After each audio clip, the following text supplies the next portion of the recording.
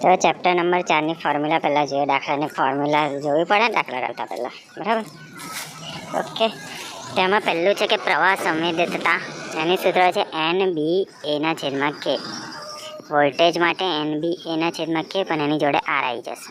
Okay, હવે જો બે વસ્તુ આપેલી હોય, બધી બે વસ્તુ આપેલી હોય, આ NB/K, બરાબર, તો એનો ગુણોત્તર શોધવાનું કીધું હોય તો પ્રવાહ માટે N2/B2/A2, N2/B2/A2, અને એનું સેમ નીચે પણ પહેલાંનું N1 2 આપેલું હોય તો, બરાબર, તો N2 અને નીચેવાળામાં 1 1 1. ઓકે, એવી જ રીતે વોલ્ટેજ માટે આયુ સેમ ટુ સેમ, બરાબર, પણ અહીંયા R હતું ને તો 2ની બાજુમાં R1 લખી દેવાનું અને 1 1ની બાજુમાં R2 લખી દેવાનું. બસ સિમ્પલ આ જ ફોર્મ્યુલા છે.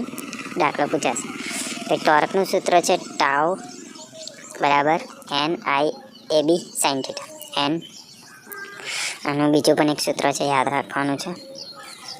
બે સૂત્રો યાદ રાખવાના છે, બંને આવશે આગળ, બરાબર.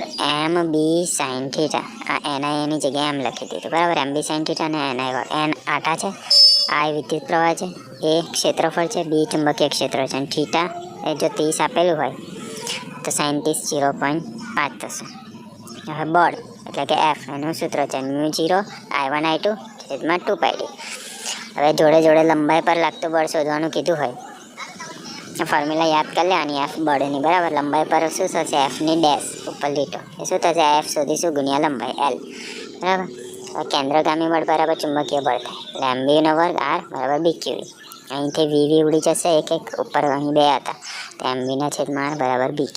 એમાંથી આમ જે છે આ સૂત્ર યાદ રાખવાનું. M જે છે દ્રવ્યમાન છે, દળ, V છે ઝડપ છે, વેગ, R છે ત્રિજ્યા છે, B છે ચુંબકીય ક્ષેત્ર છે, અને Q છે વિદ્યુત.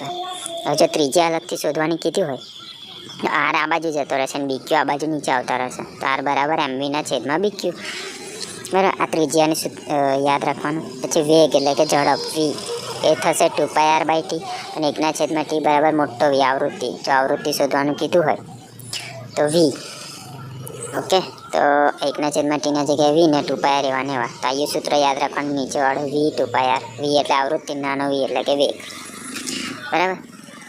ઉર્જા એટલે કે E, અને શું થશે? 1/2 mv², નાનો V, બરાબર. નાનો V એટલે વેગવાળો, મોટો V નહીં. ચુંબકીય ક્ષેત્ર થશે B બરાબર μ0NI/2R.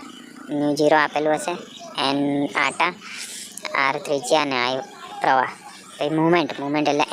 અહીંયા આગળ એમ હતો એ દળ હતું, વજન, પણ અહીંયા આગળ એમ છે મુવમેન્ટ. એ શું થશે? N ગુણ્યા I πr². પછી કોણીય ઝડપ એટલે ઓમેગા, એ વર્ગમૂળમાં 2 IUM, મુવમેન્ટ વાળો M, અને IUB છેદમાં આવું દોરી લઈએ. એ જે દોરેલું છે એને કઈ ચાક માત્ર આપેલી હશે. તો આટલી જ ફોર્મ્યુલા આપણે યાદ રાખવાની છે અને દાખલા ગણવા.